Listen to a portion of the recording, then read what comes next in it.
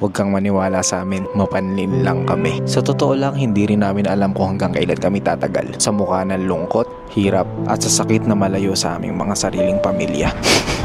Mukha raw kaming yumabang. Siguro kapag naging isa kayo sa amin, maiintindihan nyo rin na hindi kami nagmamalaki. Ang dugo at pawis na sinakripisyo sa walang humpay na pagtatrabaho dito sa malayo. Maniwala ka, saksi ang langit. Mukha raw kaming madamot. Unang-una, hindi po kami milyonaryo. Kung alam nyo lang na ang bawat araw ng buwan dito ay nagmimistulang petsa de peligro. Binigay na kasi namin lahat para sa inyo. Kahit wala nang matira para sa aming mga sarili, huwag lang kayo makaramdam ng hirap dahil kayo na lang ang natitirang lakas namin.